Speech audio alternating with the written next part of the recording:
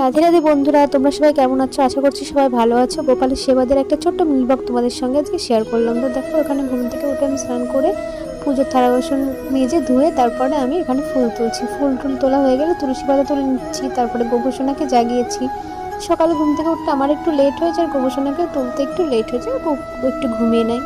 তারপরে বিছানাটা পরিষ্কার করে গোপালকে স্নান করাতে নিয়ে গেলাম। যেহেতু আমার একটু স্নান করানোর পর একটু কাজ থাকে, তার জন্য গোপালকে ঘুম থেকে উঠে আমি স্নান করিয়ে দিই। দেখো, আমি গোপালকে স্নান করিয়েছি সুন্দর করে। গোপুসোনা কত মজা করছে। এবার গোপুসোনাকে সুন্দর করে আমি সাজিয়ে দেবো, তোমরা ভিডিওটি দেখতে থাকো।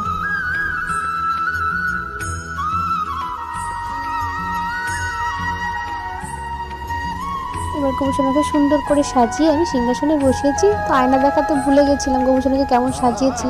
তারপরে আয়না দর্শন করিয়ে গোপালকে আজকে নাড়ু আর একটা বিস্কুট খেতে দিয়েছি সকালে। তো দেখো, এখানে চরণে তুলসী পাতা দিয়ে দিচ্ছি আমি।